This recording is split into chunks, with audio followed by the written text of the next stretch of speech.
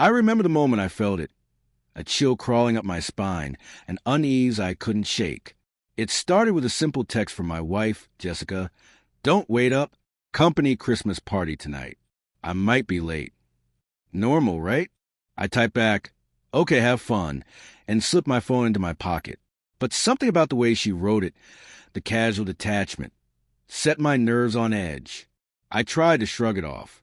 Jessica had always been ambitious, always worked late, always wanted to impress at these events. But over the last few weeks, the small things that started stacking up, missed calls I didn't return, phone screens I wasn't allowed to glance at, the way she'd suddenly grow defensive if I asked where she'd been. At first, I blamed myself. Maybe I was overthinking. Maybe I was imagining shadows where there were none. The party was at a downtown loft, glittering with fairy lights and a low hum of chatter. I watched in the corner, glass of whiskey in hand, as Jessica floated through the crowd, her smile wide, her laughter easy. But then I saw him, her CO, Dan, tall, polished, a grin that didn't quite reach his eyes. And then it happened. Dan wrapped an arm around her waist. Her waist. Jessica leaned in, laughing at something he said, and my stomach dropped like I'd been punched. My eyes darted around, trying to convince myself it was nothing, that I was misreading the situation. And then he pointed at me, and laughed. A deep, echoing laugh that cut through the festive music. Everyone around them turned to look, some smirking, some amused. My chest tightened. My hands shook. I wanted to storm over, to demand some explanation, but a part of me froze. Part of me wanted proof. And that was when the texts started coming. Messages from friends of hers. Screenshot of conversations I wasn't supposed to see. Little details that made my mind spin. He's such a great guy.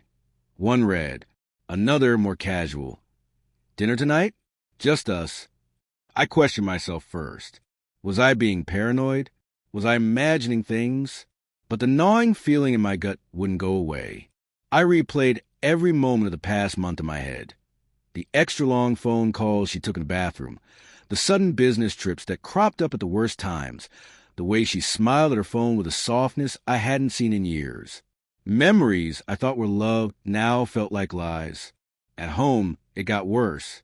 I found receipts for dinners I wasn't invited to, hotel bookings she claimed were for work, tiny betrayals tucked into ordinary days. And every confrontation ended the same way. Her sighing, rolling her eyes, dismissing my fears. You're being insecure, she'd say, but the laughter of the party still echoed in my mind, clear and undeniable. I couldn't bear the waiting anymore. I needed to see for myself. The next week, I followed her, quietly, cautiously, and I saw them, Dan and Jessica, laughing over wine, touching hands that weren't mine to hold. She didn't see me watching, but I saw everything. And in that moment, I realized the truth. My worst fears were real. When I confronted her later that night, she didn't deny it. She just looked at me with tired eyes and said, I didn't mean to hurt you. It just happened.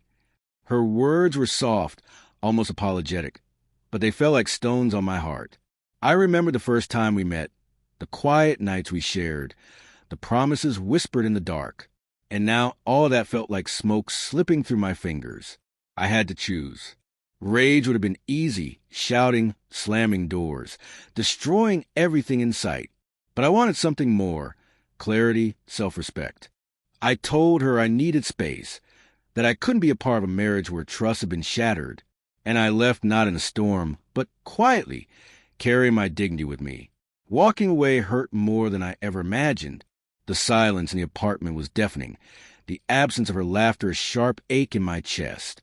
But slowly, the pain started to carve out a new kind of strength. I remembered who I was before this, who I could still be, and I clung to it. Weeks later, when the holidays rolled around again, I found myself alone in my apartment, wrapped in a blanket with a cup of coffee, watching the city lights twinkle through the window. And for the first time in months, I felt a strange, quiet peace. The betrayal had cut deep, yes, but it had also taught me something invaluable. My heart, my worth, and my life were mine to protect. No one else could take that away. And as the snow fell softly outside, I let the memory of that night, the laughter, the betrayal, the pointing finger fade into the background. I didn't forgive her. I didn't forget entirely. But I remember myself, and that was enough to start again.